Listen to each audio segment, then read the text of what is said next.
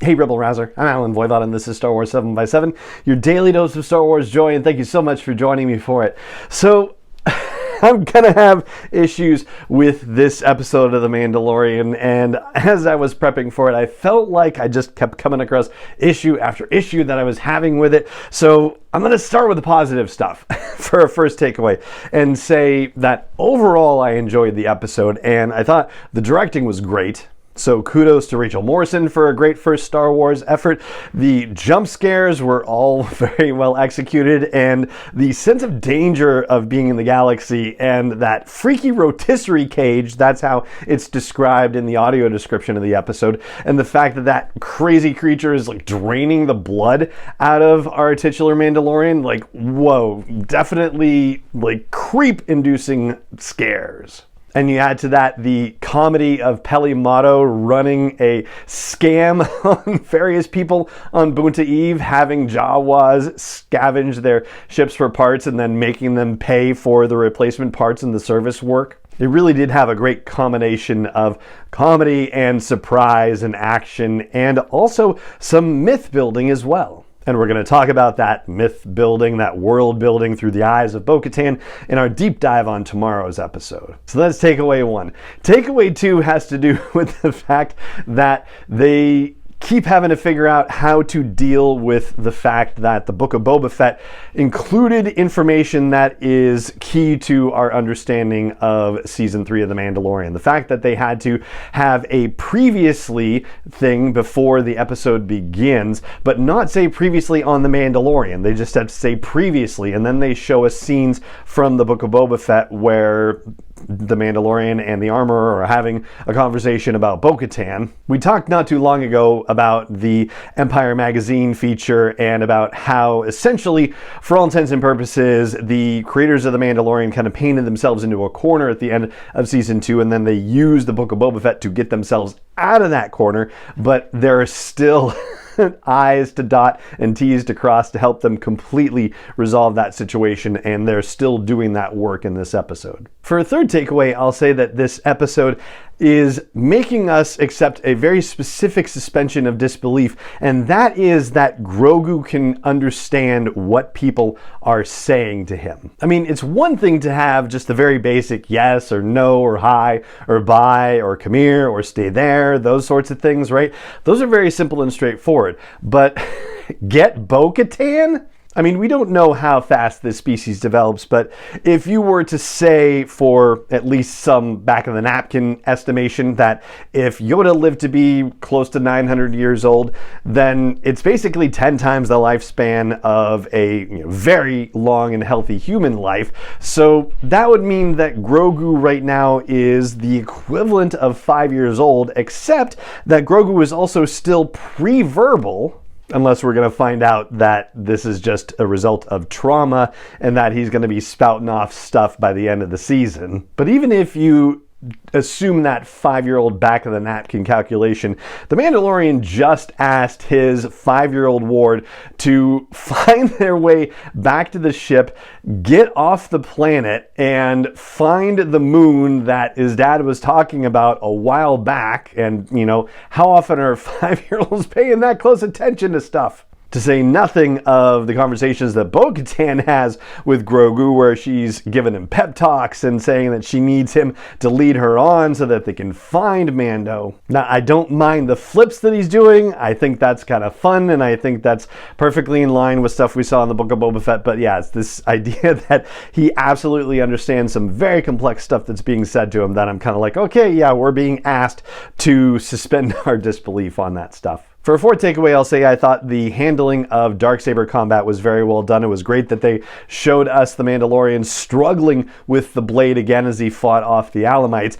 And by contrast, Bo-Katan, when she picked that thing up, was waving it around like it was nothing and had no problem with it at all. The contrast was very stark and revealing. And I'm almost surprised that she didn't say, look, I'm keeping this thing, at least as payment for me rescuing you or something like that. She could have said it to him. But in a way, I guess she's earned it technically now. I mean, if the whole thing about it is that it has to be taken away in combat, well, the Mandalorian had it removed from him by an opponent, that crazy mech suit wearing creature, and gosh, I wanted more more levels of that, right? It was the giant mech, and then it was that walking creature, and then it was the little bug-like thing that came out of it. I wanted to keep disassembling into further and further small pieces. But anyway, the fact that that creature took it away from the Mandalorian, and then Bo-Katan got it and fought and defeated that thing in combat.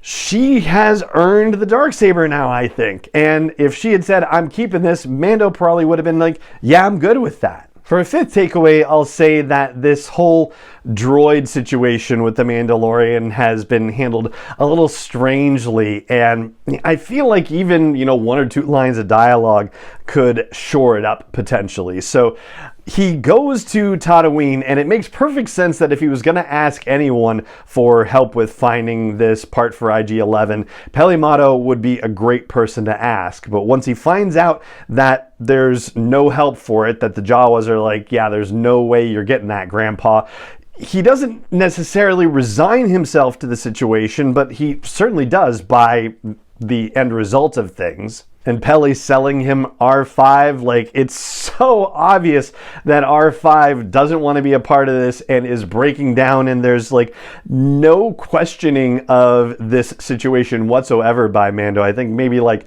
one kind of askance comment, and then he's like, all right, I'm in, Or a comment to the effect of, yeah, I was looking for a droid for spelunking, but I just can't wait any longer. I'll take it. I'll just make it work. I mean, that's obviously way more dialogue than you would have the Mandalorian speak, but you get the idea, right? Even just some little bit of connective tissue would have felt a little bit better in that space, I feel like. I'd love to know what you think about that and other issues that I'm raising with the episode. If you agree, then I'd love to hear it. If you don't agree and think it was fine, I'd love to hear that too. Chime in, like if it's YouTube you're catching this at, the comments are right there. And if you're catching an audio version, please go leave a comment at the blog post for this show's episode at sw7x7.com. I'd really love to hear your opinion on this. For a sixth takeaway, I'll say that, yeah, it happened a little bit faster than I think we were expecting for the Mandalorian to be able to get his redemption and bathe in the living waters underneath the Mines of Mandalore, to recite the creed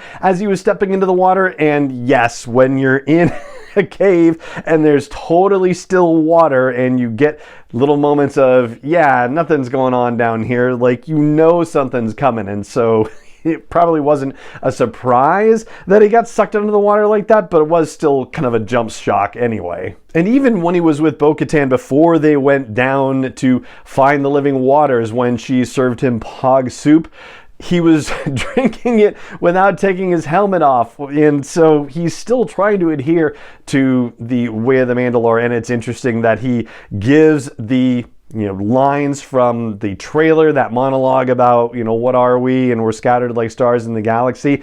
So interesting that monologue was presented in a much different way in the trailer situation. Bit of a digression, but yeah, there you go. So now he's redeemed. Now he can go back to the Children of the Watch. But then what? This is the thing that we were discussing not too long ago also. Like, what is the point of him going back to the Children of the Watch? To be, part of that covert and be a bounty hunter again? I think we can all safely assume it's got to be bigger than that. But whether it's going to complement what Bo-Katan has going on or conflict with what she has going on, that is still to be revealed this season. And for a seventh and final takeaway, this is just a kind of a fun fact situation. The glassy situation on Mandalore, the surface there, all of those spikes are of something called trinitite. And trinitite is new to the Star Wars galaxy. It hasn't been previously used in canon or legends. However,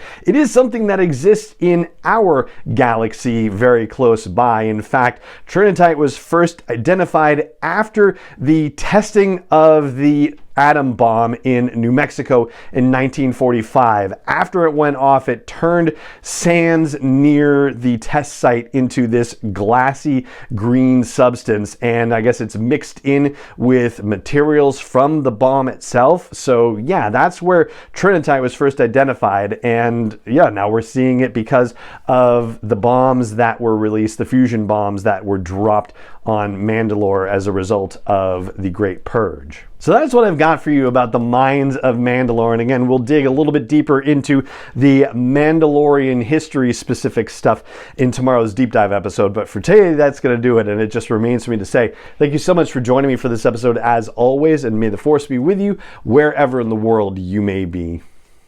7x7 is not endorsed or sponsored yet by Lucasfilm Limited, Disney, or 20th Century Fox, and is intended for entertainment and information purposes only. Star Wars, the Star Wars logo, all names and pictures of Star Wars characters, vehicles, and any other Star Wars related items are registered trademarks and/or copyrights of Lucasfilm Limited, or their respective trademark and copyright holders. May the Force be with them. All original content is copyright 2021 by Star Wars 7x7. We hope you love it.